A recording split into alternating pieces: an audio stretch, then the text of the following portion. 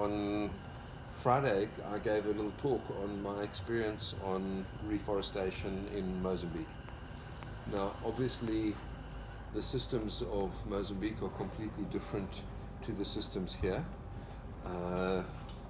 You will vouch for the fact because you're from Malawi, so we have a closer system to yours than we do to this one, biologically, similar species. The problems, the talk consisted of two parts. The first one was really looking at the problems of what is causing deforestation. And in Mozambique, our single biggest problem is that we're tremendously food stressed. There's no employment for anybody, and therefore people survive by small agriculture. And the agriculture is very old-fashioned slash and burn, where you take a piece of forest, you cut it down, you burn everything, you grow your food on it. Because the natural system has its fertility actually in the natural cycles, not in the soil, very quickly that soil gets tired and you have to open another piece of forest, so you keep destroying forest. That's one of the big problems. The second big problem is the use of firewood and charcoal. So you use firewood for yourself if you're in the rural area, and you make charcoal to sell to the city, because that's one of the few ways you can reliably make a bit of cash. Then you have the big problem of people cutting down your timber to sell it. And if it's sold in logs, the guys like yourself earn remarkably little amount of money. But if you're a craftsman, you earn substantially more because it has real value.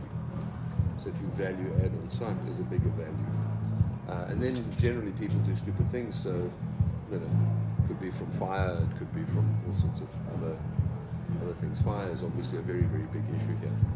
Now, the problem, when you start solving the problem, the idea is to remember what all of the problems were, and don't try and solve one piece at a time. Think of the whole picture of what the problems are that are causing it, and try and apply to all of those things at the same time. One of the things that I've learned is that in almost everything there's great strength in diversity. When there are lots of different things acting together, we tend to be stronger. You're not that strong if we're all the same, because we all have the same strengths and the same weaknesses. But if we're very diverse, we'll all have different strengths and different weaknesses, and we kind of as a team back each other up. So it's kind of like a rugby team, you know. God forbid you put the hooker as the scrum half. You know, he's not going to be able to do the job, but he's a very good rugby player. You know, the guys who are really fast are sitting on the wing. They're not locks. You know, so you complement each other. You know, and that's how you try and work with solving a problem like the one that we've got.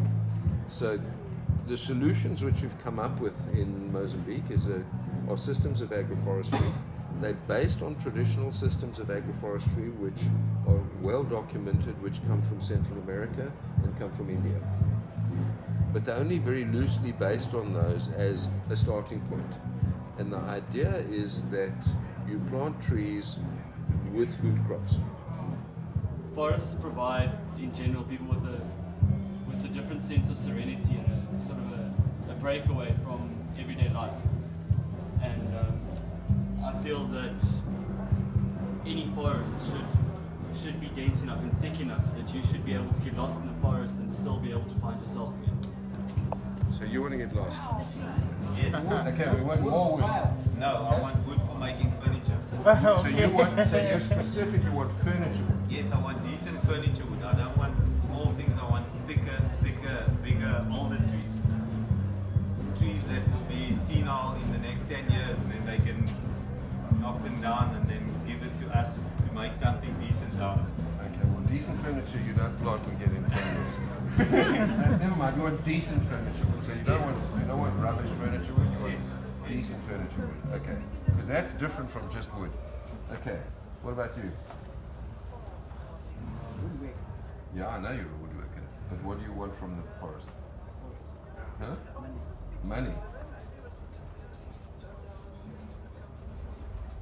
Okay. most of the thing they answered already because I was a woodworker. So you want wood, okay. Do you want decent wood like him, or do you want wood for Yeah, construction? yes, decent wood. Decent wood, okay, so it's more wood. We wood guys. Seems like wood is the prevailing theme. Okay, and you? Yes. Yeah? What do you want from the forest? Fire. Food? Or firewood. He wants firewood. Is he a cook? Yeah. Cool. So he wants firewood, okay, and he wants food. Yeah. You Okay. need a flute as well? Okay, it's flute mostly. You need Flutes, I'm saying. flute as in music. Huh? No, flutes as Fruit. Oh, fruit. Fruit, yeah. Fruit. Okay, so food and very specifically we want fruit. Okay, what else do we want on our list? Tourism. Medicine. Tourism, yeah. Good one, tourism. Tourism, so you want to play in the woods. Play, that's a good way to put it. That's probably that black one, the big with the white thing is probably a better. Alright, what else do we want from it? So we're starting to get quite a lot of different things that we want out of our forest. Fuel. Did you have fuel? We've got firewood, but let's add fuel. Because we can have quite an interesting discussion about Yeah. differences between fuel and Animal as well. you want animals. Okay. You want animals to eat, animals to look at, animals to ride, to stay on. to look at. So animals. So you want interesting animals.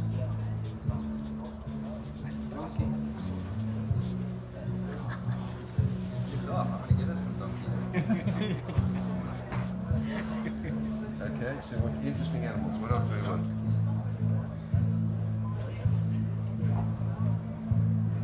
We've got most of the basics here. So You didn't ask this guy. I didn't ask him. I had two people I didn't ask. I didn't ask Carl either. And I didn't ask Martin. Okay, so tell me what you want from the forest. Can we get a cigarette on the forest? Ganja. I don't know, it's a forest mostly. Yeah. Ganja in the forest. To go back to the forest. Yeah. Okay, well, in Afrikaans it's called boom. I mean, it's the same. Yeah, so that's fine. Okay, Carl, for you?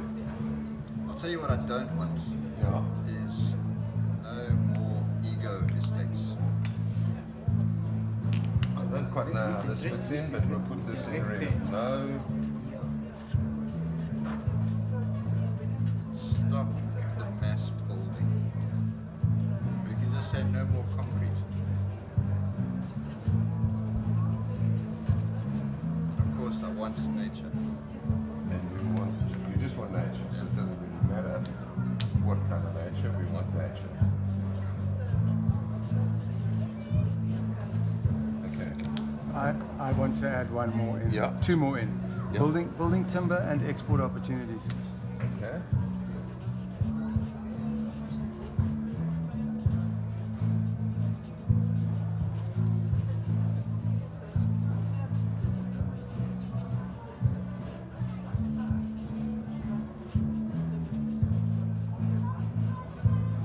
Okay.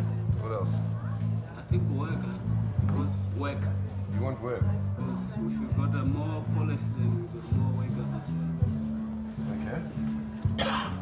All right. What else do we want? What is the forest going to give us?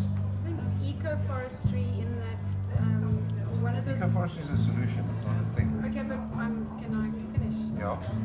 I think a lot of times with forestry that they do now, it takes so much water out of the earth that You're getting onto the solutions. Okay. Let's keep the let's try and keep in the logic of saying what must our forest achieve. Then we need to say what are the Conserve things. water. There we Okay, go. that's different.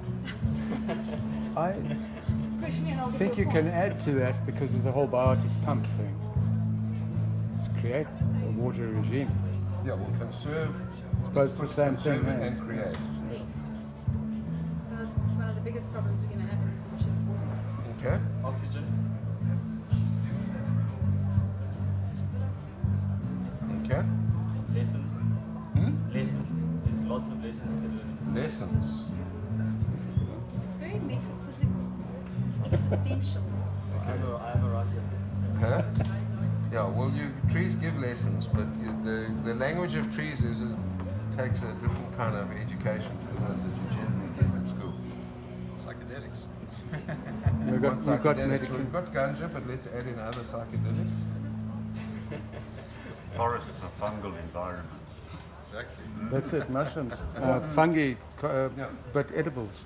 Okay, well, we put in food, and we specifically, amongst the food, we have a special one in terms of fruit. Were there other foods that we thought of that came from there?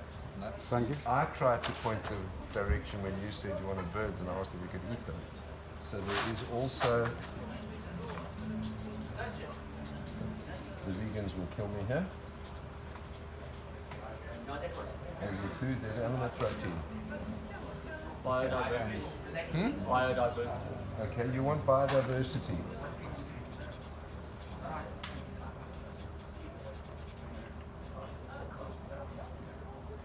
Spelled wrong, but that's alright. Short A. Okay?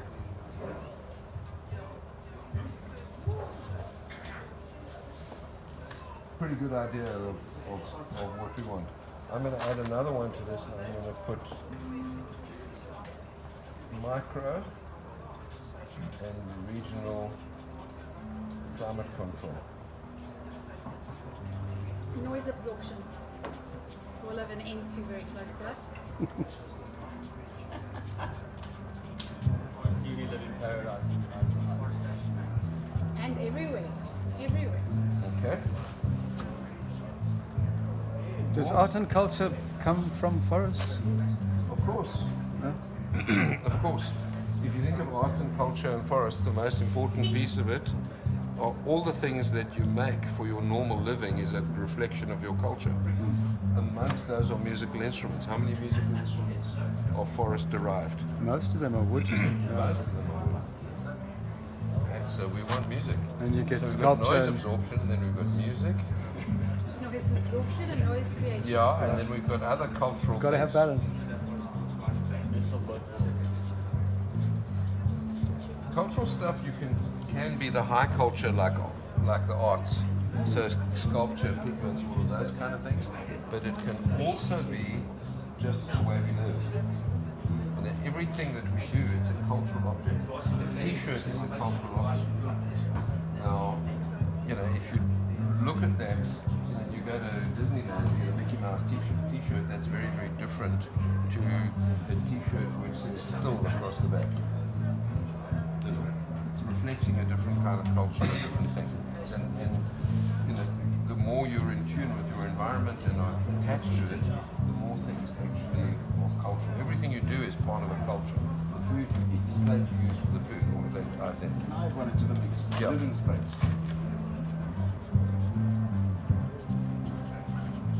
Okay. Nobody asked permission to add anything into the mix. You add it. Okay. Nobody needs permission to talk. The point of this is that we're talking. So there's living space. Okay, living space is also interesting because it ties in to building materials, which means you can actually have space and material relating to each other, which is kind of economically sensible.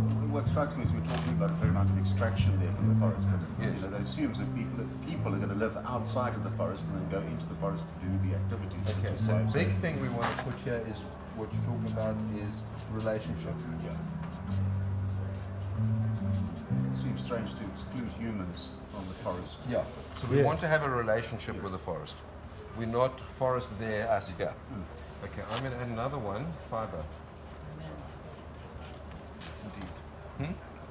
Yeah. Lots of fibers come from forest.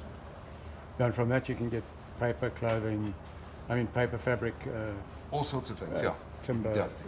building material. Yeah. Fiber, and in addition to fiber, I'm going to put chemistry. Yeah. Because there's lots of chemical stuff in the forest that grows that you can manufacture. So cellulose, an extraction of cellulose, a chemical process. Yes. Taking out the cellulose, turning it into paper. lots more other things. Okay, so we've got quite a lot of things here that we want to take out of the forest. Now, I'm a great believer in a culture of offer and receive. If you take, and eventually there's fuck all left. And unfortunately, with the forests that we live in here, that has been the case. And there is commercial forestry here for what, about 300 years? I mean, Plettenberg Bay used to be called New Formosa, and it was a big lumber camp sending cans. 1730, I think it started. Yeah, so We're right about there. 300 odd years. You know, so it's quite a history of serious take from this forest. You know, before when you had a few sand wandering through, there's so few of them they could take as much as they wanted, but it didn't make any difference because there were so few people and so much resource. Now, if we look at it, we're at a stage now, there's remarkably little forest left as a result of mostly initially exploitation, secondly conversion to agriculture because we needed to eat, the people who were here, space to live is another big issue. Pine forests? Well, the pine forest is what people have actually started to put back, not necessarily well guided, but it was starting to restructure. So we've taken away. It's not really always restructuring because they're putting it back and taking it out again. So it's not they're not putting it back and leaving it there because that would be. Well, there's a dynamic which they're putting in there. Yeah. So it starts a sort of very limited give and take. Okay, but we're in a situation now, I mean, we've had recent fires which were absolutely catastrophic. So we're in a situation where we've got to do some offering back to nature. And the discussion that we're doing now is what are we going to offer back and how are we going to do that to make sure that whatever we put back is going to provide us with all of this list. Because there's a lot of stuff here, you know, and I think that that's something that we need to look at. And we all get different things from it, but dominantly in this place, it's clear that we're all looking at forest resources. And the forest resource that we know best is timber. Yeah. But I think what we need to look at is what else can we put back in so that we can take more out, and we can especially look at your idea of culture, and it's how are we going to support our culture. All the different things that make up who we are, we want to have from this forest. We want to build a forest culture here, whereby we have what you said, a relationship with the forest. Okay, because this is a place of forest culture. Okay, there's an enormous resource which is forest, and we've got to say what are the things that reflect our culture. And when we look at rebuilding a forest or rebuilding a plantation, what are those things that we're going to put in to make sure that at some point in time that is available for us to take out. And some things we're going to get quickly and some things are going to be very slow. Okay, so what have we got left? If we take an exercise which you want to do here, which is starting to build, let's keep this as a checklist. We've got a little piece of ground over here, which at the moment is pretty much naked, am I correct? Okay, just on the side here, there's a little example of something which is dirt. At the moment it's got, for the purposes of the exhibition, I think, a little bit of wood chips and bark fiber thrown on it so that it doesn't blow away, and when it's wet it doesn't turn completely into mud. That's what we've got. What are we going to do to turn that into the provider of this? We want to condition the soil so the trees will start to grow, because trees are the basic structure of our forest. Okay. So we want to get some of the soil into a condition that it is going to provide us with something. So we're going to dig a bunch of holes here to put the trees in. What do we need to add to make those trees happy? Nutrients and water. Okay, so we're going to look at nutrients.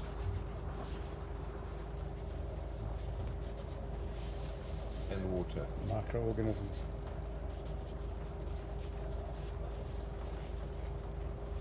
Okay. So we want, the microorganisms are pretty tough to put back, but it can be done. Okay, so let's look at that. Now we're going to dig holes. Okay.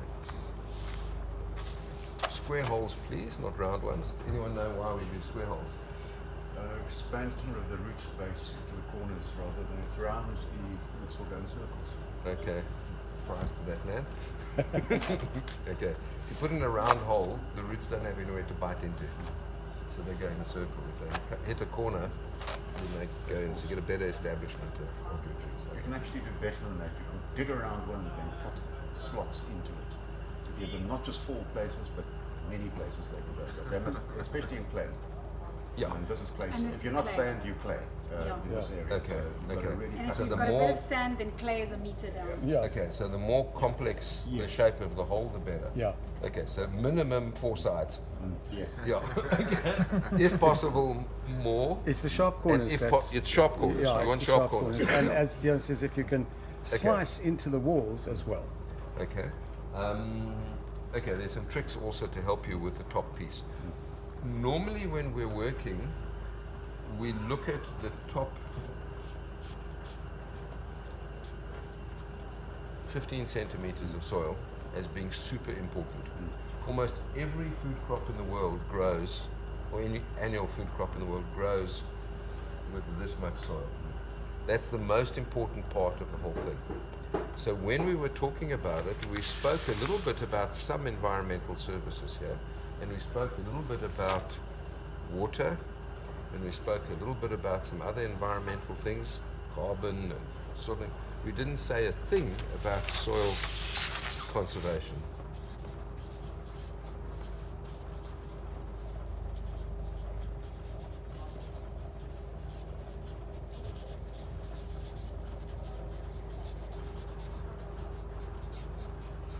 Okay, so that's really important in this. Okay, because that's the really important piece that counts. If it's clay, generally once the trees get established, they will break it up. If you want to break up the first bit, one of the crops which will break up soil for you very easily, and this is something to remember for when we start planning what else we do, sunflowers break up the clay soils very well for the next crop. How? So it's a Physically or? physically. Root structure. Root structure breaks So it up. strong that they yeah, actually yeah. break up. Sunflowers really good. And they grow in almost anything?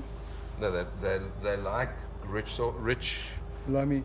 loamy soils, but they'll grow in clay soils, and you use them as an agricultural tool to break up the heavy clay soils, so you can lighten them up to then build something more sympathetic to You can also to regular put them back agriculture. into the soil because they capture quite a lot of, don't they? Yeah, you've got to be careful with it in certain sites because they're quite good at capturing heavy metals, but those heavy metals are toxic and systemic. But don't they also capture quite a lot of, is it nitrogen and stuff to put back into the soil, don't they? You think of the legumes? No, they use they're them- nitrogen no, they is use them a lot in permaculture. yeah, they're to nitrogen. put back into the soil. No? All oil seeds are nitrogen hogs. They drain it out of the soil. They don't put it back. Beans put it back. Okay, so anyway, we'll get to that deal. We want to look after this, but what we want to do here, we've dug this hole, and you say it should be okay. More regular the better because it's clay. You want to get your roots have got to have somewhere to bite once they get going. Okay, so let's shove some stuff in here. Okay, you've got a natural cycle of nutrients in the forest here. Let's mimic it. So let's throw in some compost. And if we haven't got compost, let's just throw in a whole bunch of old leaves. Okay. Other animal activity. Okay. This forest naturally has a whole bunch of herbivores running around in it. Let's throw in a bunch of manure. We're not going to run around the bush looking for dacre shit. It's really too much like hard work. So let's just get some cow manure. But there's an elephant citizen hockey sanctuary up the road. There's also a horse farm. Yeah. Okay, so- And the local landscapers have a problem because the municipal garden dump is closed. So we can just open one. Yeah, very good idea. Okay, so compost, which is leaves, mostly leaves, manure, and then we're going to throw in the sand, and we're going to make a nice little thing to put our lollipop tree. Okay, and get it going. We're then going to actually make a nice basin here. Okay, so that when you water it, it keeps the water, and we're going to protect all of this now exposed soil with lots and lots and lots and lots, and then some more again mulch. Is there any specific dimensions for your hole? The bigger the better. You want a big tree, dig a bigger hole. $10 tree for grow a $5 hole. Yeah. It will $10 hole for a $5 tree. Yeah. The bigger, when you've got heavy soils like you have here, the bigger the hole and the more rubbish you throw in it, the better the tree is going to establish itself. Okay. So you want to make the initial tree growth as easy as possible for the tree. Unfortunately, that means more work for you. Yeah. I would not go on the soils that you've got here a hole less than half a meter square. That would be my absolute minimum. Yeah. You're planting in grids. What about trenching? Trenching is just too much like hard work because Oh, you're okay. digging holes where you're not going to use them. Yeah. Yeah. Just in the clay. Okay. It's hard work in clay. Talking of that, let's think of spacing. Okay. Now, what we're going to talk about now, we're not going to talk about growing pine or eucalyptus or paulina or any of those plantation species. We're going to talk about putting back long-term indigenous stuff. Okay, so that's what we're going to look at our target here, because we want wood for our kids. This is not going to give any of us wood. Okay, those trees are too slow. We want stuff which is going to give our grandchildren fantastic wood. Okay, what did the guy who was the thing? Yeah, he said he wants decent furniture wood. So let's grow decent furniture wood. You can make nice furniture with pine. You can make good furniture with eucalyptus, but you make a lot better furniture with stickwood. You know, so let's look at establishing that stuff as a long-term target. Who knows what the density of those trees are in nature here? How many trees per hectare? Like the noble trees. No, how many trees per No, how many hectare in trees? No, general? it doesn't matter. Not just the noble trees, the total amount.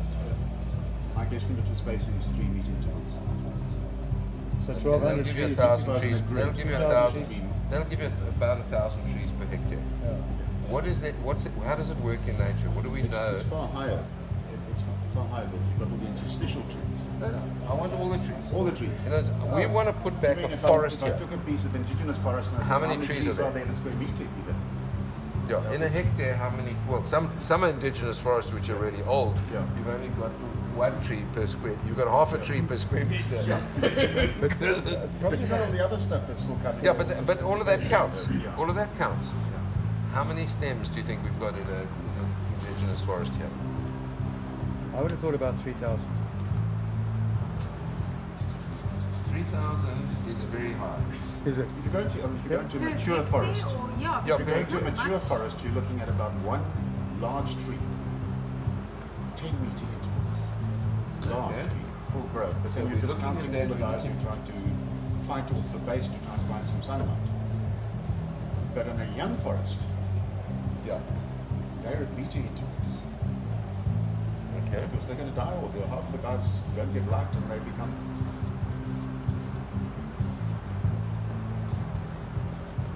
So we're looking at a young forest with 10,000 trees. It's a meter intervals. Okay. You're guessing that it's about 3,000 trees in a medium forest, of which there are about 100 noble trees Okay. per hectare. Yeah. Is that a reasonable estimate? You want to plant trees at 3 meters. What's the logic?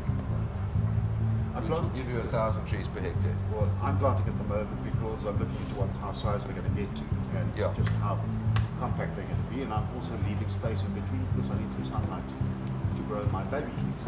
Okay. So I'm using a forest as a nursery. Yeah. No, which is what we're talking about here. So the space between the trees, from that one to that one, you reckon about 3 meters. That's my more or less. Yeah. Okay. I'm going to argue with you on it, and I'm going to say I'm going to actually plant denser than you. Okay. Okay. Because remember, there's a dynamic with light. So when you start off, everything is in the sun. Yes. Yeah. Okay, and you want those trees to have competition for light very quickly and to go up. So I'm going to say I want to plant my trees in one, I'm not going to do 3 meters.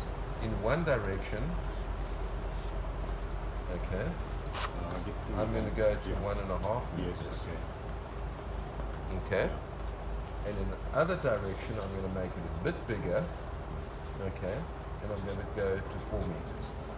Okay. And are you working on like the Yes. north-south, east-west Yes. axis? And I'm going to go that direction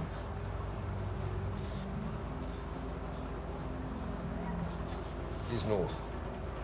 So what I'm going to do is I'm going to have my trees very tightly spaced in an alley, and I'm going to have 4 meters apart. Now the 4 meters is a very useful distance, and we've done it with experimenting.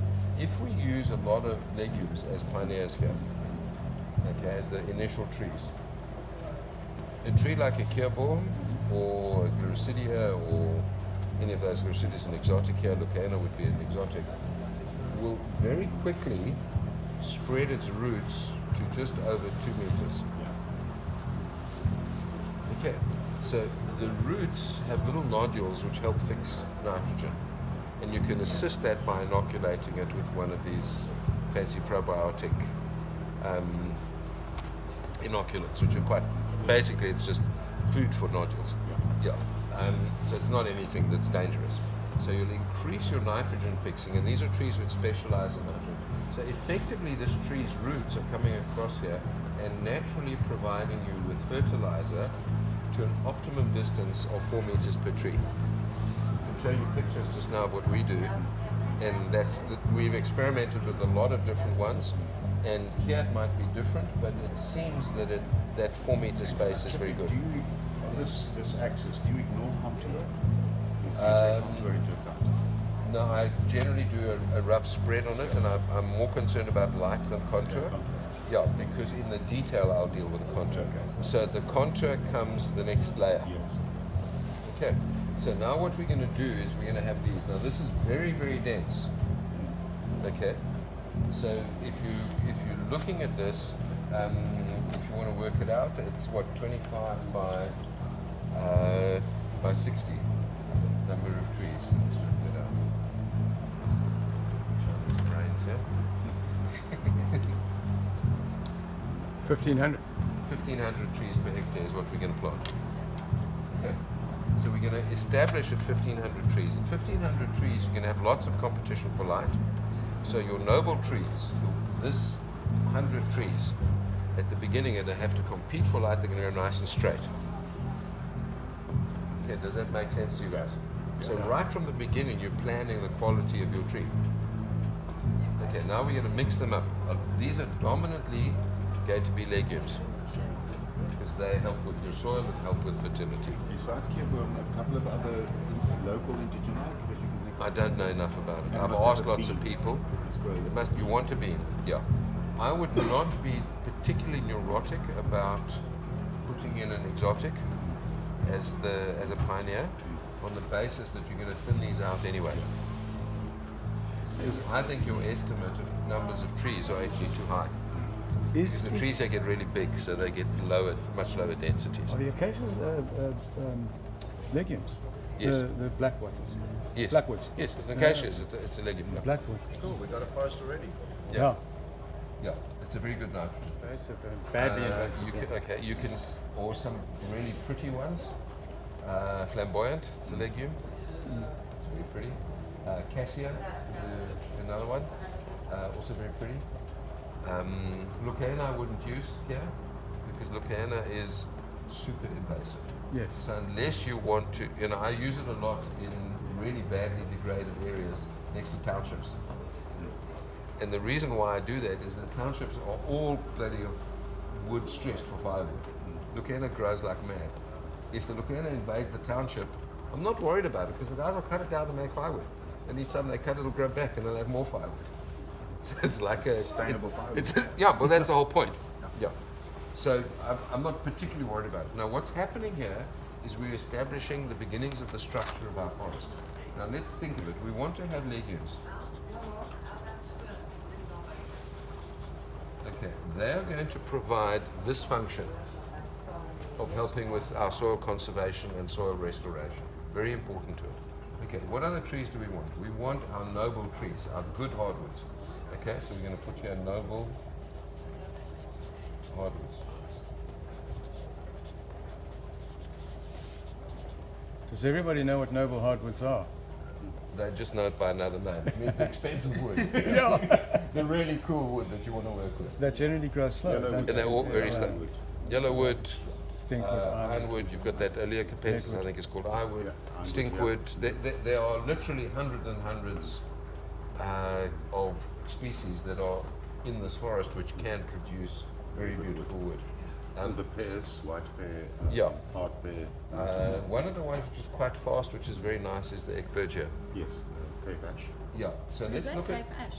Yeah. So if you look at... And Cape ash is not an ash at all, it's actually a Malaysia, it's a mahogany. Half of the trees in this area aren't what they're called. Yeah. They're given names, but people have no clue. Yeah. So if you look at it, we want to put noble hardwoods, and in other words, we want to put decent furniture wood. Okay, so we've looked after soil conditioning, we've looked after decent wood, and we're going to look at these. We're going to look at these diversely in terms of quality and maturity. So if we're going to plant Ekbergia, the Vitels, you know Vitels, you worked with it for furniture. It's lekker.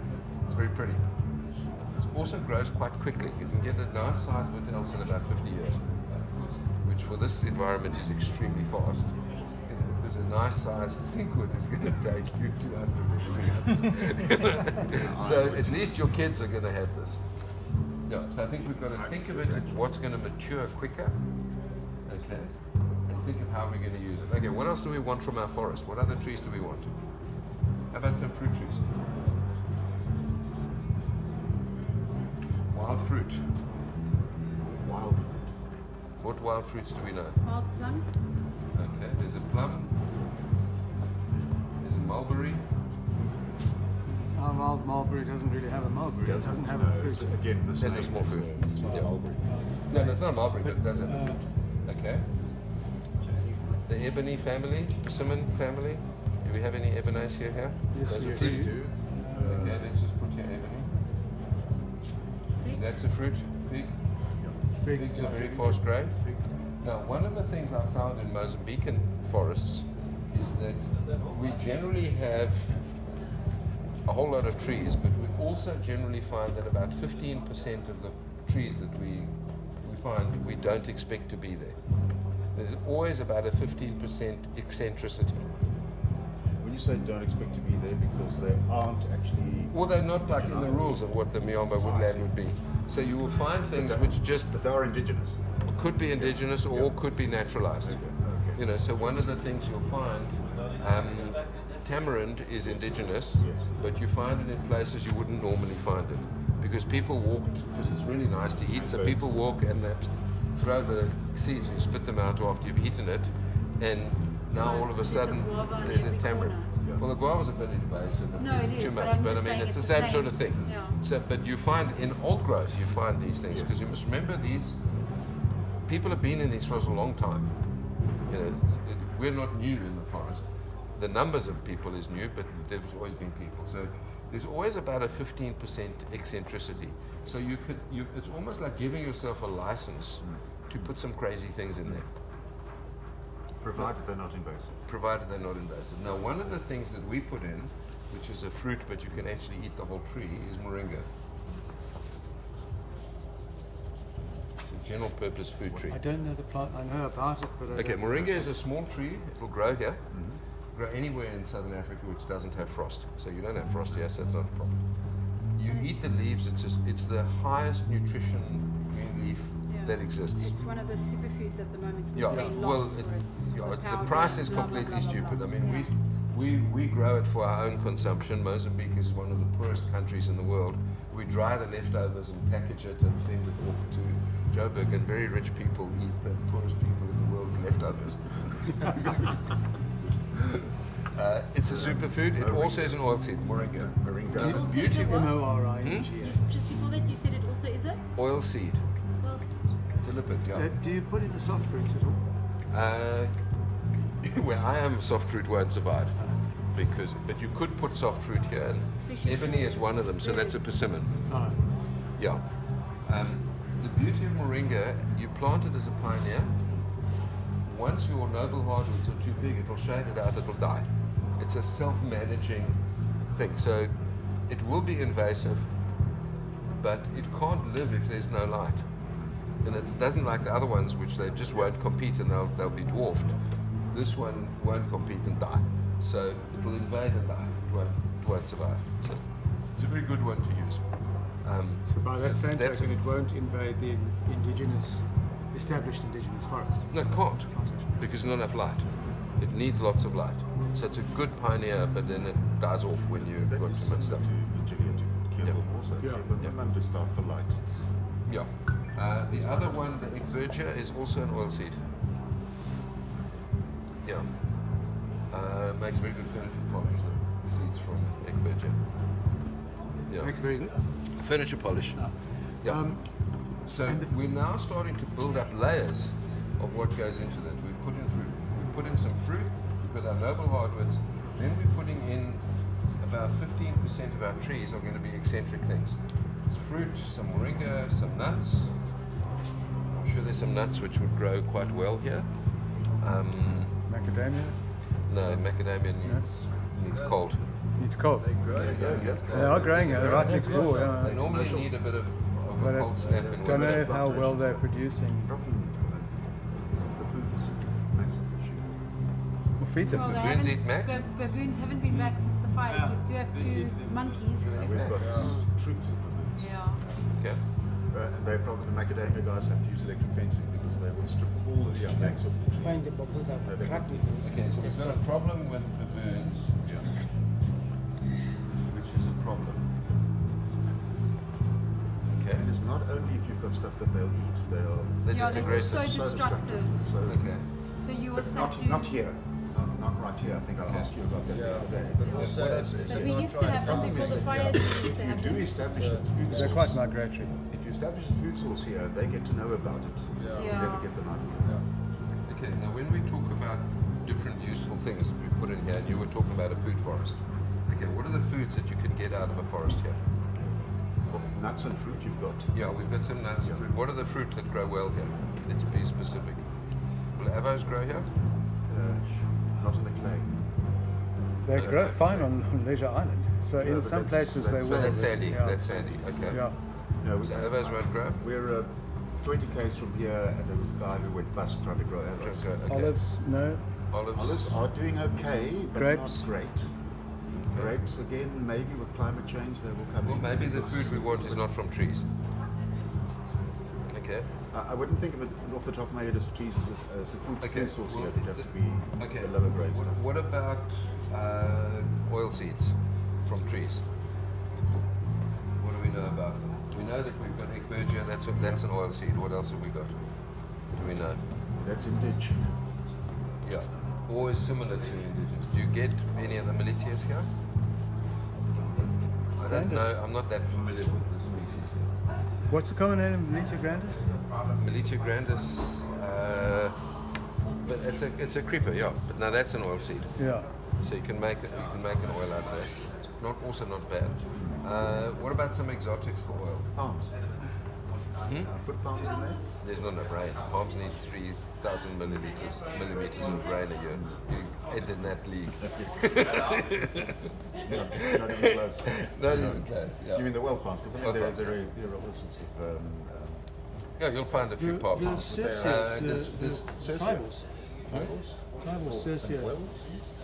Are we looking trees or creepers or anything? Whatever. Cheese granadillas grow well by us. Okay, so let's It's very put invasive. granadilla as a second layer plant. We'll get to that in a second. Very invasive. Yeah, You granadilla is said very it's- invasive. Guavas are very invasive. Granadilla is a fantastic oil seed. It's up to us to try and find the species Oh, really? that matches. Yes. Oil seed. Yes, the oil for granadilla So I is just used. picked 20 of them. Oils for the oil seed. Yesterday. You press oil from a granadilla. It's a sedative. It's used in natural medicine. Yeah. That's why I'm so chill. So if you eat them and you want to calm down, eat granadilla, but you have to chew the pips. Yes. so that you release the oil, Yes. and then that oil Like just linseeds, calms you flax down. seeds as well. To absorb it, you have to grind it. Yeah. Yeah. So But- what about those seeds in No, there's not much oil in there.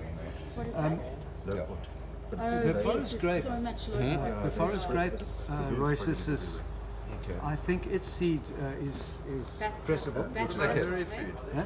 No. Bats also. Bats spreading it everywhere. Num Lumps. nums. Okay, well, there we go. What's it? Num num is Carissa, huh? Yes, num-nums. What about milkwoods? Also fruit. Don't, Sand, don't have, Okay, so that's a beach side. Num num grows just about don't anywhere. Don't Okay. have much.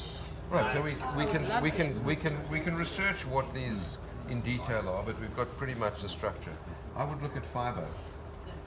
Okay, 2 fiber trees that I would look at here. One, you've got lots of ficus. Who Which, knows and anything which one? Ficus natalensis? Which one No, are you sir. talking about? No, There we've are got lots lots. of them. So We've got is the lots. Yeah. Because we Okay. have the rubber one, Natalensis and we've got grows very well. yes, we've got natalensis, and we've got the rubber one. Okay. There's a nice, interesting thing about the about ficus and fiber. Okay. Who knows anything about traditional sand clothing? Anyone with sand ancestry? Okay. There's a beaten fabric where you take the bark. Uganda's the last place in the world they still make it. The bark you take, and you basically lay it out and you beat it, and then you turn it over and you wash it and you beat it and you beat it and you beat it. The bark of the ficus is about this thick, and you beat it until it's about 1 millimeter thick, and you've taken everything out of it except the fiber. That fiber feels like velvet. And traditional sand clothing is a combination of bark fiber fabric and leather. Sure. Yeah. Know That fabric in Uganda sells for an absolute fortune. An absolute fortune.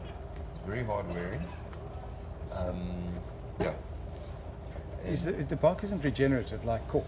Yes, it is. that. Oh. Is it? Yes, it is. You mustn't take too much though. Yeah. So it does regenerate. It's a cork. So if you look at it, cork regenerates as the bark itself, but with the ficus you take the cork and the cambium with it. Yes. Similar to a baobab, also does the And same you take thing. it out in strips and leaf Take strips. it out in blocks. Ah, Take it out in small blocks. So you take a block about this big, and a block that about this any big ficus? will give you. All ficus will do it, but there's the ficuses that you get here, which you've got that thick bark one, you can do it. It's pretty good, and almost all ficuses do it. Yeah, Wow. and it's an amazing. It's the fabric that was here before white guys arrived. Yeah, yeah, and it's cooler than leather. You know, the problem with leather is you wrap yourself up with skins, it's too hot, and the ficus is it's very soft. It feels like velvet, but it's permeable. It's like what's the name for textile. that cloth? It's just called bark cloth. Yeah. You can look it up in Uganda. Yeah. You can buy little bits of it now. A little block of bark that size will give you 12 square meters of fabric. Sure. So you beat the shit out of it. It's a long, slow process. Anyway, so that's something that I think we should look at, which is the indigenous sebia. And the advantage of that is it's both it's a good tree for the bees. They love it. It grows incredibly fast. What we have found in Mozambique is that it is destroyed by the baboons when your forest is mature. So they want to eat the fruit of it when it's small, and they just smash the trees to pieces, and then there's nothing left. So while it is invasive, it has a natural control system within it because they demolish it. So kapok can be quite a useful one in terms of fiber. So we've got our structure now, which is our trees. Now let's look at the next layer. Just one more thing to add before you Yeah. do honey to this list. Okay, why don't you write it in? Yes. Yeah. Where's some coffee? If it's black, no milk, no sugar. Got a little bit more. Also with the, yeah. Okay, so then let's look at the next label. So we've got basically a structure of different trees, of which 85% of our trees are going to be indigenous trees. Okay, and about 15% are going to be wacky things that we introduce as a compromise, but which will guaranteed give us products, and those products are going to be short term, long before we get the product of the wood. Because most of these woods, none of us will live to see. But the fruits and the fiber and the nuts and the medicinal plants, and the medicinal plants, we'll research what they are and what we do. We did. I think we spoke about it. Did we write it down somewhere? If not, write it down, Well, please. we wrote psychedelics. We wrote psychedelics, that's the most You did important write one. medicine. There, medicine. Medicine, there we I go. thought I did see you write Okay, this. there's no reason why you can't write it twice. No, Okay, no, no. so if we look at that, we've now just got a structure of our forest, which is the earth, we've got the roots underneath. Okay, we've got a nice layer here that is starting to get rich because we're making it rich, and we've got little plants. Okay, this height is year 1. Okay, in year 1, we've planted our trees. Now, one of the things which we said, it was the second thing we put here, food. Okay, what are we going to put in here? Well, I guess it How about depends where eating? you are. Well, we if you've wanna got eat. baboons or not. There's a, Typically a catty and a paintball works You quite need well. some sort of grain and then Yep. vegetables. brinjals. Okay. Okay. I would argue African diet is not grain. Traditional African diet is vegetables, beans, meat, and a little bit of starch. The big lump of starch was added by the colonials to get people to work hard with cheap food.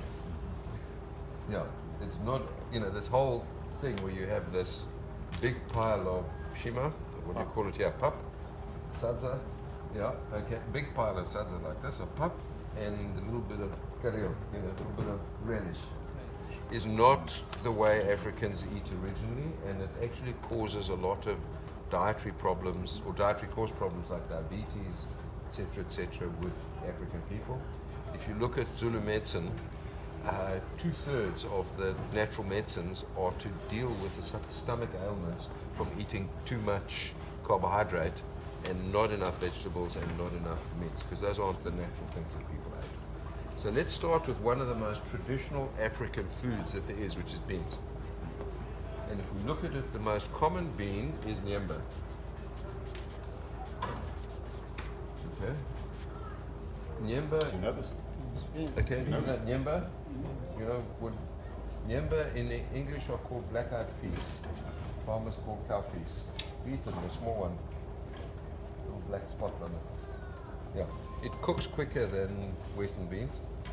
And it's the indigenous product. It's the most traded bean in the world. And it's leguminous. It's leguminous. Yeah, it's a bean.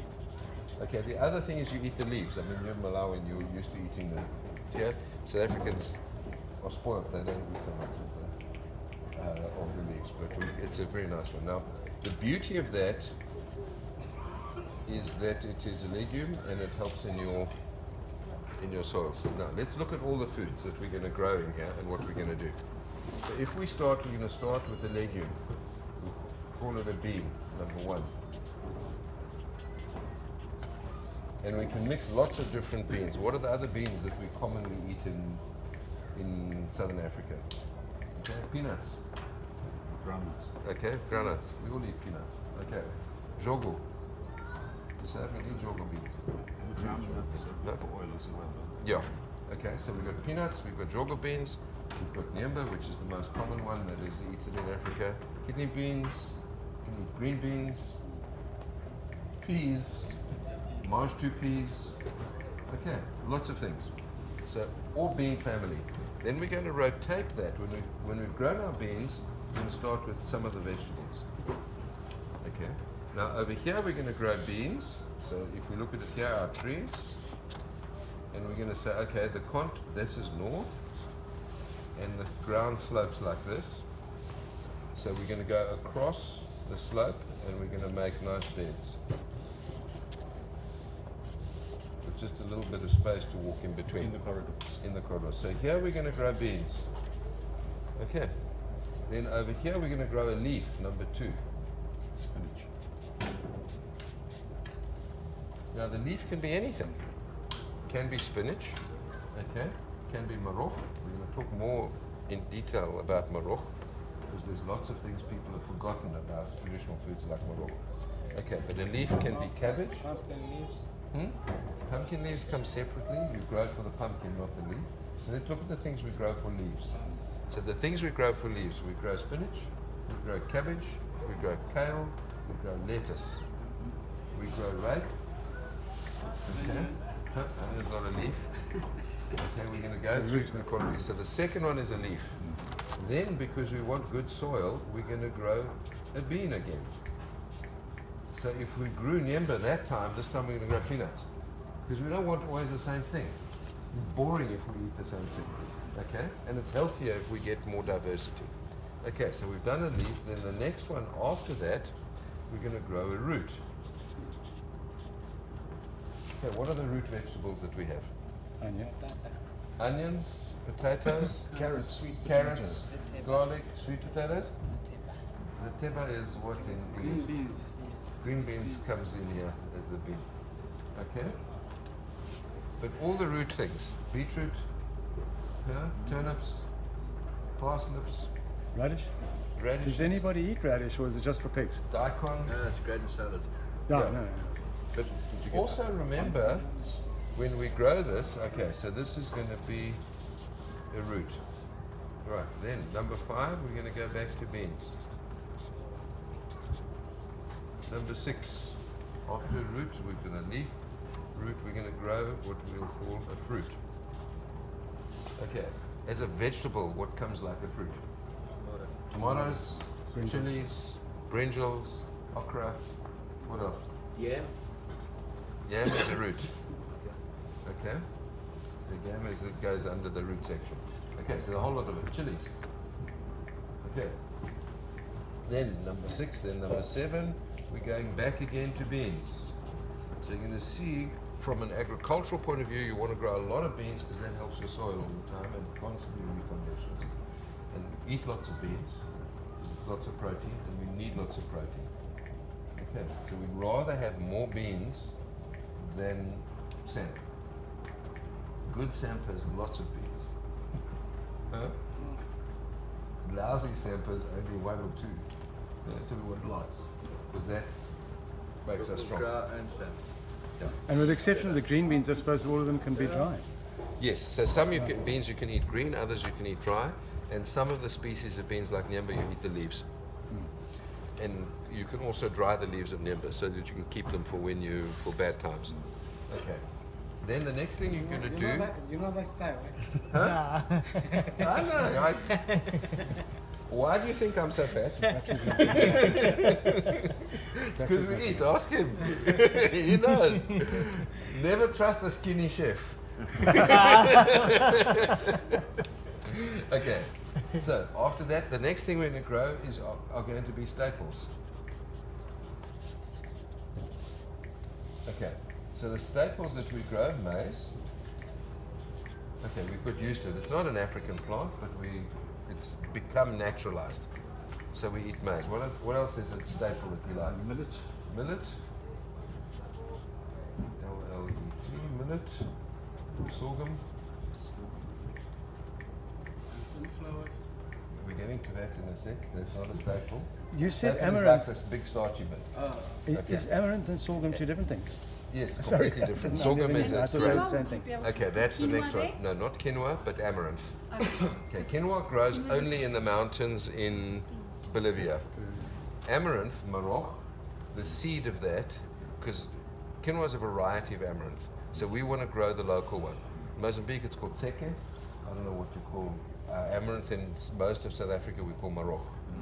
The seed of that is. Sorry to interrupt. Yeah. Is it the same thing throughout South Africa? Because No, know, they're different. I've seen Lots of people call different Maroc, varieties. And I go, that's not what I know when I was in the Eastern Cape. Yeah. The guys in the Transvaal call this a different plant with the same name.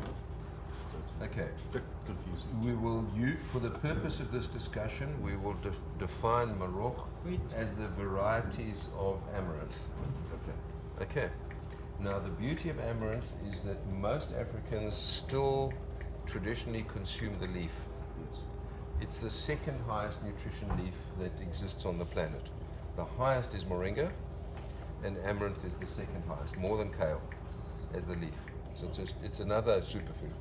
The advantage of amaranth is the seed you eat, and you don't have to grind it, okay, and it cooks incredibly quickly. So if for the spoiled whiteys here, quinoa is the same family, the grain is just a bit bigger.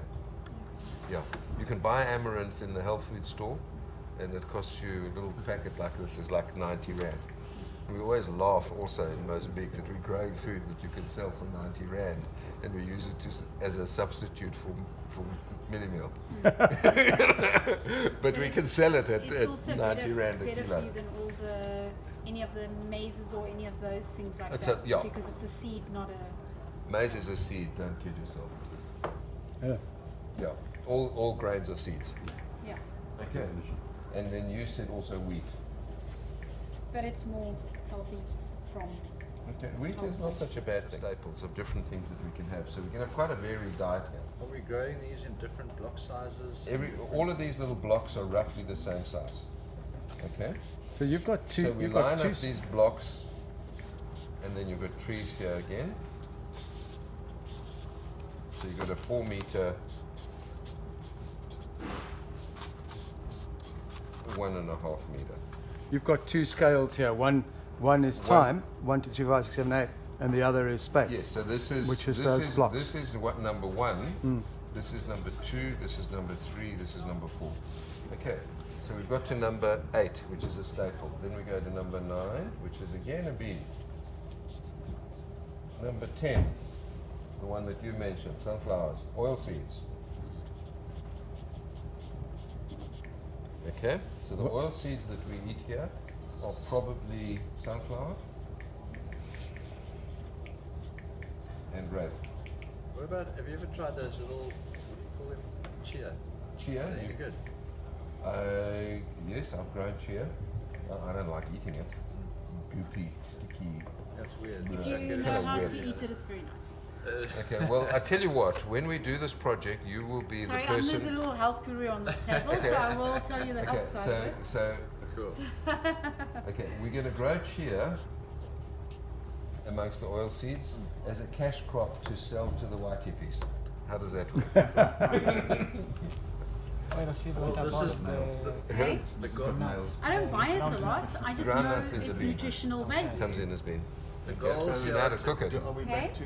Are we Chia, back to, I for don't instance, cook the chia. dual ones like groundnuts? which are Groundnuts, peanut oil, is groundnut it comes in as a bean, as a bean, chuck but but you also- can chuck use it it as an in oil water seed. and then it Yeah. goes Yeah, you just chuck it in Yeah. water. You don't And have to then, cook it. You just chuck it in water and you have it like Would you then go with 15 olive as a minutes fruit later, or as you an can put oil it seed? down it As with a a shot fruit. of whiskey. no a spoon like in your whole thing. You don't have And to it's cook not a it. fruit in the rotations. The rotations Actually are all not bad, I like annuals. The olive would go in the trees. Yeah. So the goal here, Alan, as well, is to both. Okay, the goal here Reforest. is to look at reforesting, looking at what we call nurse crops, which you look after while you're looking after trees, so you're nursing your trees. Okay? And we're also gonna- to both and feed then ourselves. and make money. And So then we look at it. Number 11 is again a bean, and number 12 is cash. Okay, so biologically, you have a 10-part rotation, and we throw in an extra one of beans and a cash crop. So the cash crop, if you've got very good, You plant the catch. yeah, yeah. I would rather plant the 10 The problem with a 10 rand note when you plant it is that by the time that it's ripe, you know, if nothing left. yeah, by the time that it's ripe, your 10 rand is only worth 2. I think if it was like that, then people would grow in the houses. Yeah. Not outside, not outside. Not outside. In the bedroom. Well, you Okay. So cash So crop the only last one herbs. is a cash crop. Now, if you look at it, you've got a very... A cash crop How can be are a we selection building of anything that you like. Any of those previous ones. It or could some be of any those of the previous. previous ones or something else. Depending where you So are. if you look at it here, you've got very clay soil, so you may be able to, for example, grow cotton. What about ganja?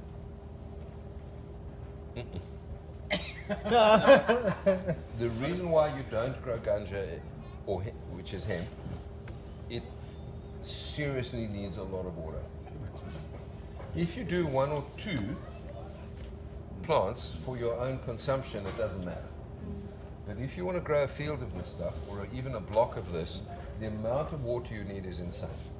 I'm afraid that's what, every time people say hemp is a substitute for timber, miss the fact that It just is incredibly... mind-bogglingly water. It really is. The reason it grows so fast is that it's just pouring in nutrients into it all the time. 2 or 3 harvests a year out of it. Yeah, but you know how much nitrogen fixing you've got to do, and how much water you've got to do to make it do that. So it's not the big green miracle that everybody tells you that it is. I'm sorry, with the oil seeds, can you also put flax there? Yes, if you couldn't. Why not? I mean, I don't know if it can be grown in the area. That's And why I'm flax asking. you can also use as a fiber. Yes. So you've got it's a multiple thing. The flax varieties generally, modern flax generally grows in a very cold climate. Oh, okay. We're talking about So it's clay mainly- soils as a problem, but surely they're only the problem for the deep-rooted stuff, because we're talking about growing in the 15th For all of this stuff, you can grow just about anything. We're making the soil. We're making the soil. You can So grow you anything. can- It doesn't matter. There's no limitation. The only thing which is nice for the clay soils to help you along are the sunflowers, because they break up the Because they soil. break it, So sunflowers are very useful as a deepen tool that here. 15. So you should Yeah. almost do one And- crop of sunflowers and then afterwards use the Well, I would do beans first, then sunflowers. Beans and Because you then need the sunflowers. nutrition That's for the the whole idea of sunflowers. this Yeah. whole rotation. That's No, why I the mean, like- rotation works. But you must remember, you don't Got- grow. Just listen to this.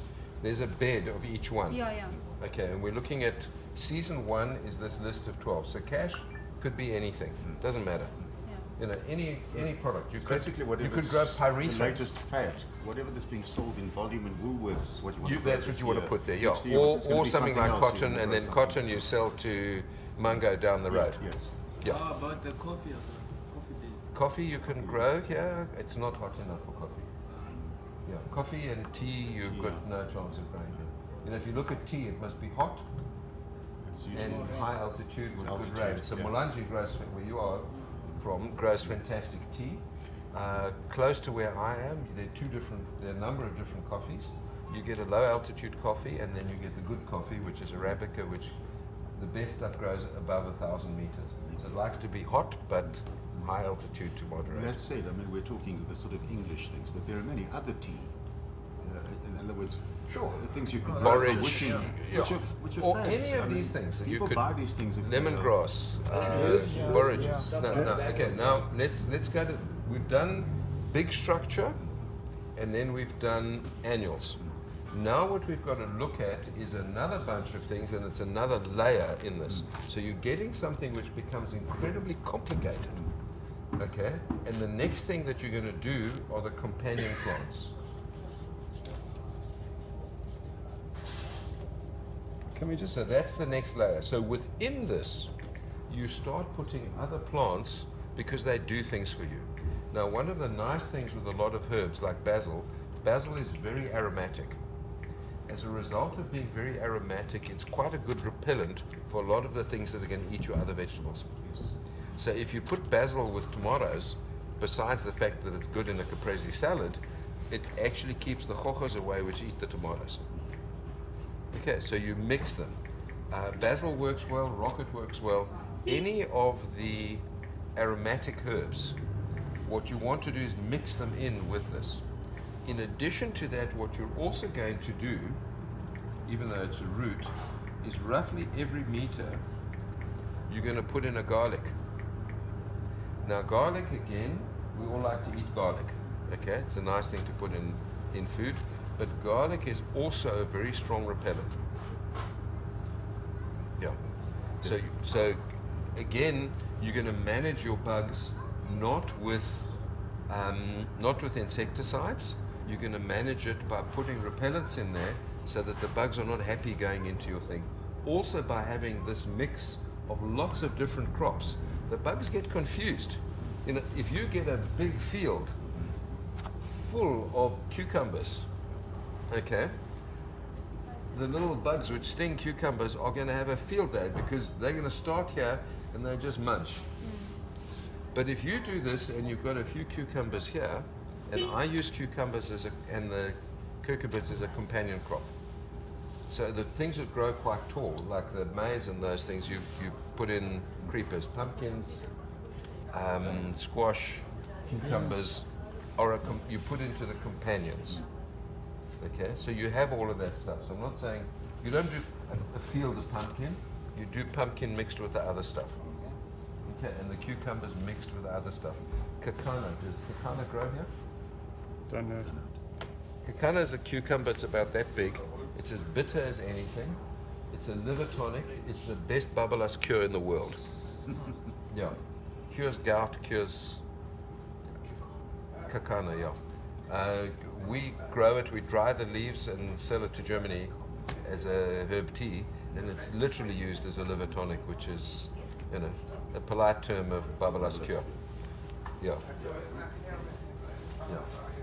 Now, there are probably a whole lot of other traditional things that we should introduce into this, but so you've got 3 layers. You've got tree layer, you've got annual layer, you've got companion layer. Okay, so you're starting to resemble your forest with lots of layers. Now this is in season 1.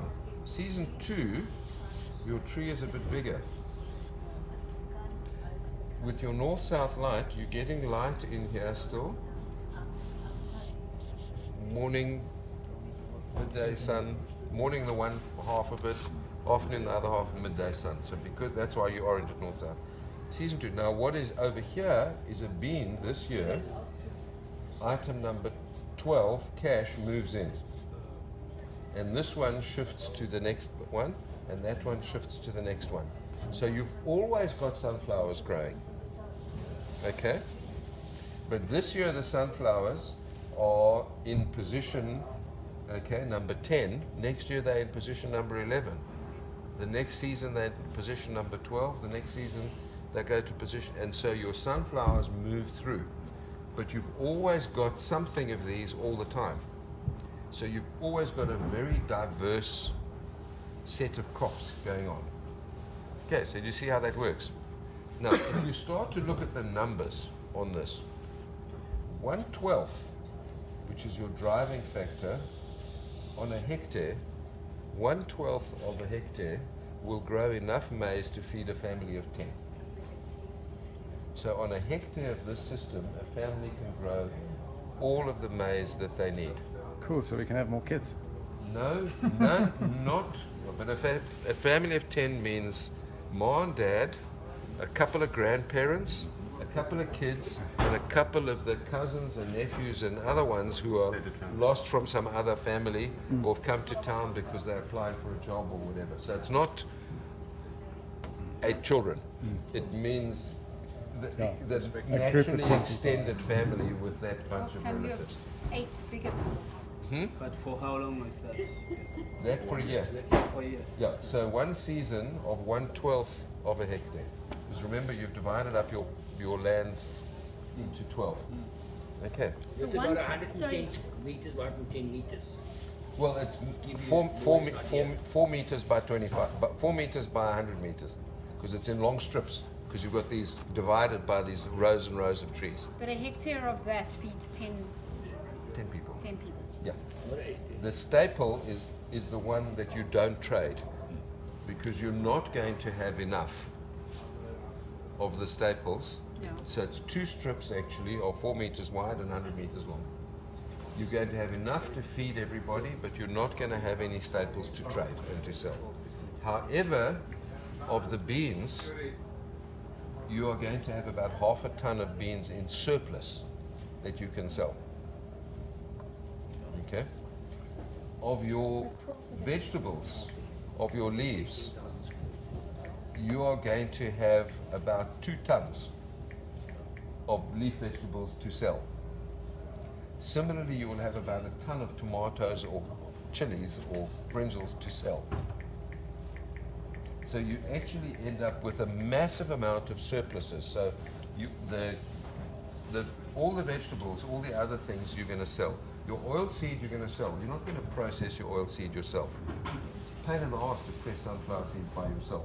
But a small press, okay, can produce oil. And you can buy a little Indian-made press which will produce about 20 liters a day. Then you put a couple of bags. It takes a whole day to produce, push 3 or 4 bags of sunflower seeds through it. And you get about 20 liters of oil, and you can produce that. So the whole idea of this is you want to produce your trees, which are very long term. A small amount of those, 15% of your trees, are going to be for products that you're going to use. So maybe for making some bark fiber, maybe for making oil, maybe for collecting medicine, maybe for nuts, maybe for fruit. So about 15% of them are that. The others are going to be for timber. And of the timber, some are going to be long-term timber, like a stinkwood or an ironwood. Some are going to be quicker, like a ekbergia, the Vatels. Yellowwood is not a 100-year investment. The yellowwood's mature, it's between 25 years. As quick as that? Well, we were talking the ashes and In the beaches. Yeah. Are there any uses for cumin? I don't know. Anybody? Well, I've got one outside my house. I've got a plant, but I mean it's like more like a rooty kind of odd piece. They go thin. The wood is Almost all wood has a use. We just got to discover it. But they're also very difficult to grow from seed and all that. Please, man, get one with Transplant, grass. because I was asking Transplanting to is try very and easy. transplanting is very, very difficult. You Yeah, want to you've sandy got to- soil and you want to pick them before they're 15 Yeah. centimeters. Collect them. Yeah, because I was trying to get some, and they said go to Clay soil, you want this, go find them somewhere because the nurseries don't sell them. Well, the wildlings that I Because of know that. of in the time when I worked here, which is 1,000,000 years ago at the Crags, Kierboom is only kind of like one step less invasive than a wattle. Than a wattle, yeah. And it just goes. From my experience where we are. Yeah, I mean, it just goes like plant up. them To out the ground, transplant quickly, then they grow. to transplant is a little bit picky, and you've got to do it when they're small. Yeah. Then if you leave them too long, then it's hard. But They dry out. yeah, but they naturally, I wouldn't bother growing them in a nursery because you just get millions of wildlings. Yeah. There is one problem with them, again, they attract the birds. Okay. When Now, they flower, there's a little vermity or a hoho, and the birds go after them and they smash the tree. okay. Now let's take this and we'll deal with the baboons in a sec. If we're establishing this, we're missing one piece in terms of nutrition, and that is we don't have animal protein. Chickens. So let's do chickens. And what we do is we have a system of what we call chicken tractors. So basically it's a chicken hook which is mobile, and you put between a dozen and 16 chickens. I like to do it with a rooster as well, on the basis that I eat my eggs fresh, I don't leave them lying around, and I then also want to reproduce and produce more chickens. Now, on a hectare of this, you can put 24 chicken tractors. So each row, okay, Each row's got 12 chickens. each row's got can have it maxes out at 12 chickens. Now, if you look at that, it means you can produce about 20 dozen eggs a day. That's a shitload. About $35 a dozen. Yeah, and so it's a big cash earner.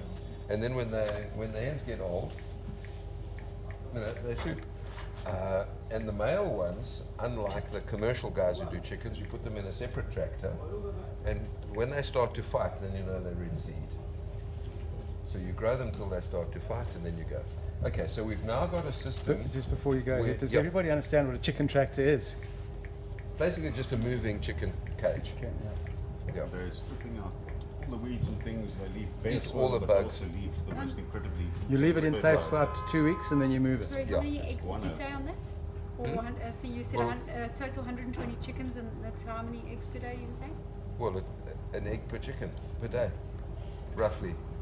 So if you have 15 chickens, it'll be just less than one per day. So 15 chickens in a tractor will give you a dozen eggs, reliably. You've got 20 If tractors. you talk to them nicely. Yeah. No heavy But metal. if they were heirloom music. chickens, they wouldn't do one a day. The heirloom chickens do better than one a day. The serious heirloom chickens are one a day. Even at that age. Hmm? Even at that age. 2 years. You get 2 years out of good heirloom chickens. No. Yeah. But you've got to talk to them nicely and you've got to feed them properly. But those are layers, right? Yeah, no, Been bred it's a layer. Yeah, but the heirloom. You'll be growing in that combination. You're growing stuff that they can eat. Yeah.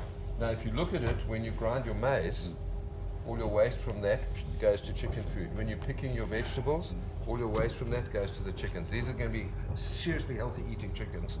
And if you look at it, things like the moringa that you've got growing a few within this as well, your moringa is super high calcium, so you can have really decent eggs. Yeah, so the waste from that, you know, when you take the leaves off, you're left with the stalks. Throw that in for the chickens. That's super high calcium. You don't need to supplement with anything. They have a very decent balance in their diet. So you can have some good healthy chickens. Just to say something. Yes. I think it's fantastic the way you're doing this. It's so Thank you. interesting and also the way you're explaining it. Great. Thank you. If the sound You- works you- properly, you- I'll put it on YouTube and onto the festival site. Your accent is where? My accent, well, I come from Germany, but I grew up in the States. Okay. Donald.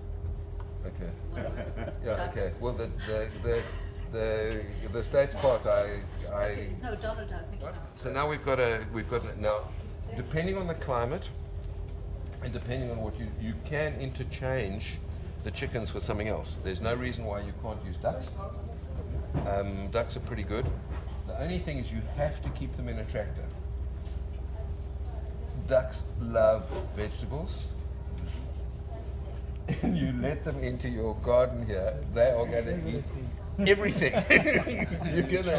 you're gonna starve. You're gonna have some very fat ducks, but you're gonna have bugger all. Yeah.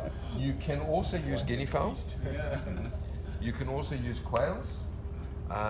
All in This tractors. part of all in tractors. They must be in tractors. If you don't put them in tractors, you are going to have. Yeah, but guinea fowl are destructive, very destructive in flower beds. Yeah, no, but in a tractor they're fine. They're fine, yeah. Yeah. Franklin. You know, you get fantastic Franklin here, the wild ones. Yeah, that's right. You know, they're really nice and they're really good eating. You know, the eggs are a little bit tiny. You're going to have like 6 dozen to make an omelette. But, you know, they're delicious eating. You're a vegetarian, so close your ears.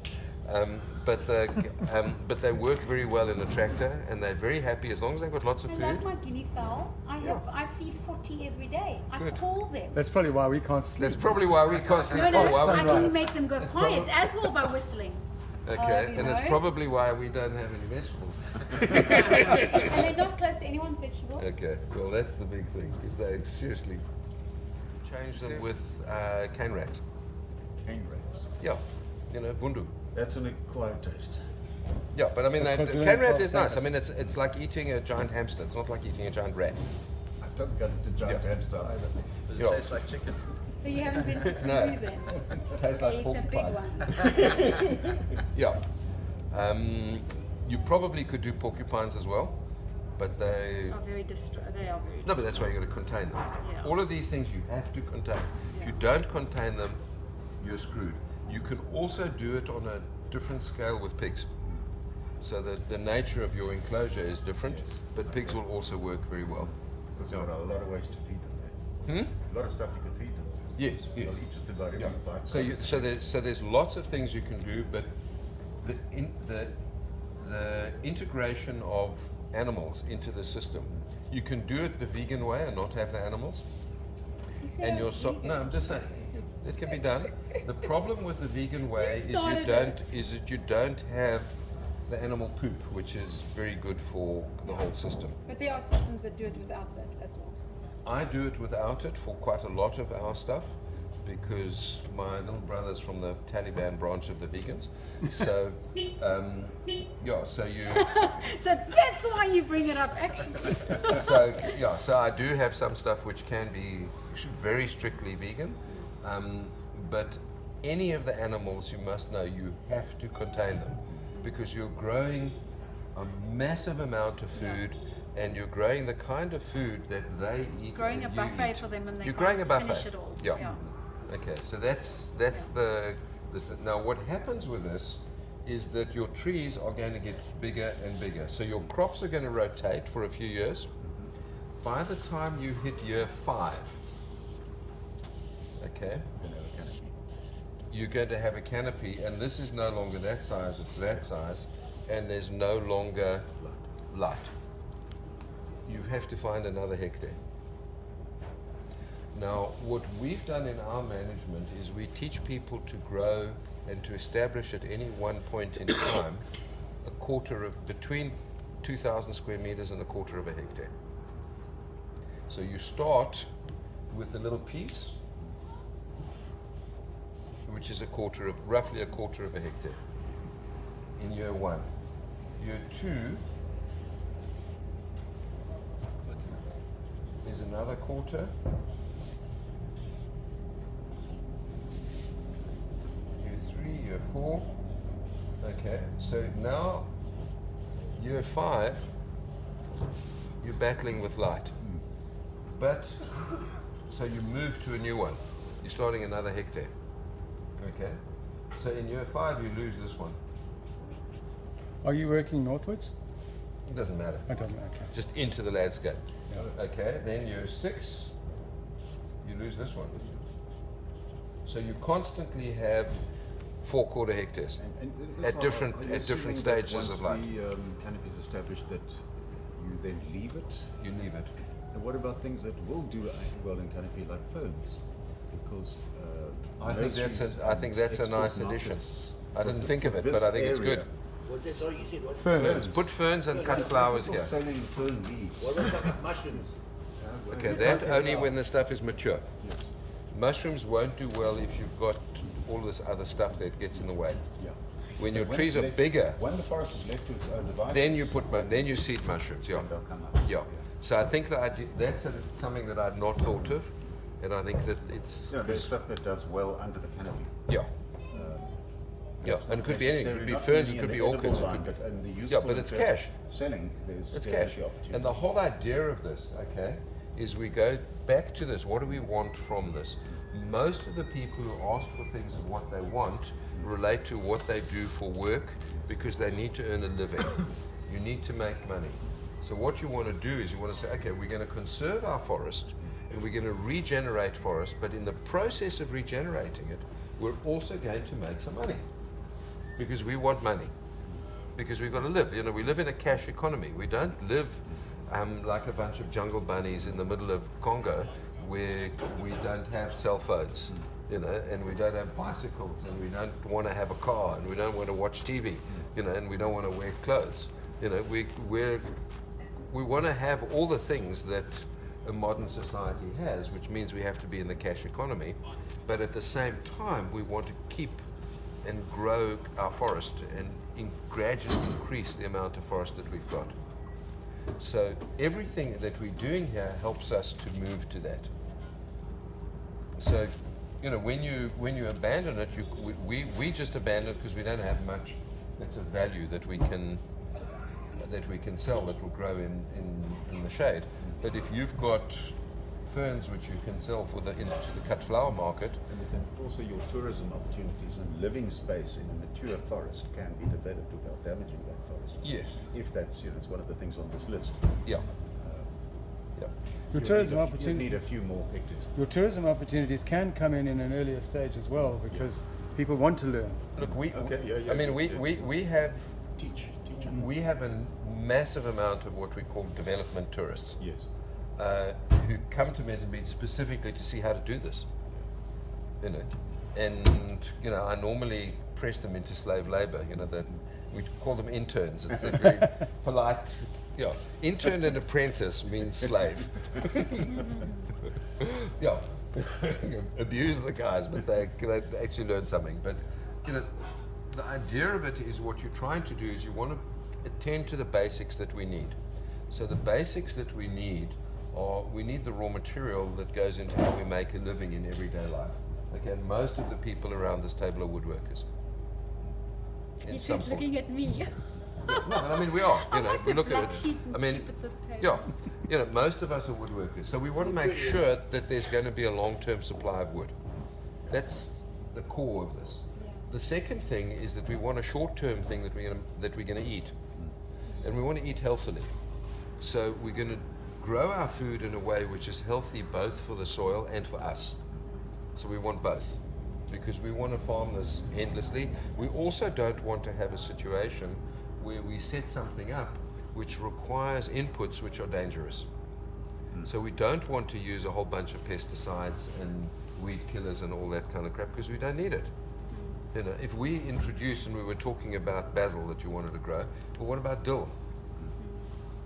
You know, dill doesn't repel insects, it attracts them, but it attracts predatorial insects. So the two insects that love dill are praying mantises and lady beetles. Great, I'm planting dill all over my... Yeah. Now, dill also is a natural calmant. Yes. You know, if you take, those of you who have kids, gripe water.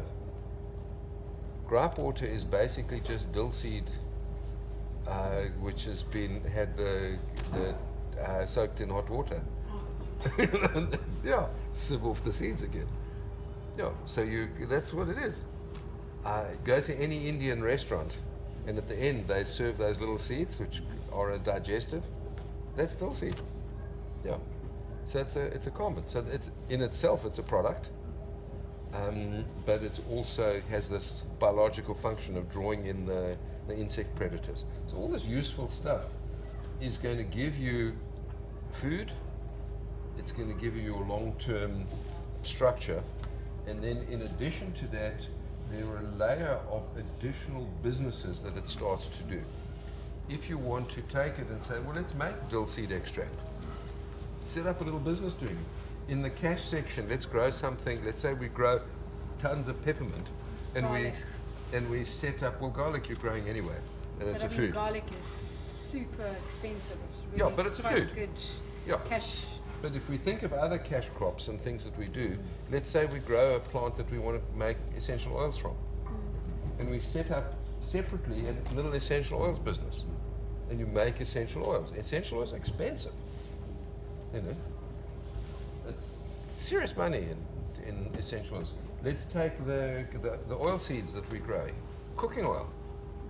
You know, you don't eat cooking oil by chewing sunflower seeds. Somebody's got to actually press it.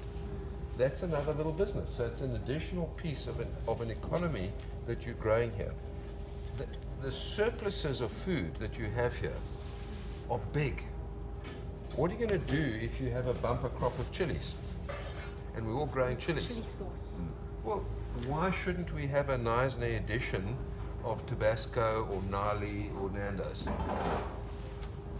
It's possible. If enough people get involved in it, there'll be plenty of chilies growing here, and you could set up, somebody else could set up a chili business. And the beauty of that is we start with it small, and somebody sets up the chili business as a tastebedrijf. Okay? Somebody makes chili. I mean, that's how Nali started. You know, in Malawi, Nali started as a little home industry, and it got bigger and bigger and bigger, and eventually now it's a massive factory.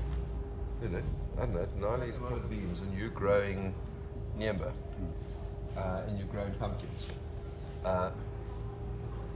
You and I like to eat those leaves because that's what we grew up with and that's what we like. Now there's an enormous market in Joburg for dried Miombo leaves and dried pumpkin leaves. And you process them and you make them in a little ball. Even nice land. They have a shop, right? Yeah. Yeah. People are selling their vegetables. Yeah, but I'm thinking if you look at this and you preserve them, so if you take those leaves, pumpkin leaves, you cook and dry. So, and you roll it in a little ball. It's a very traditional African preserving method. And you roll a little ball and you dry it after you've cooked it. Put in the sun. And you store these. You put them in a bottle, lots and lots of them. So those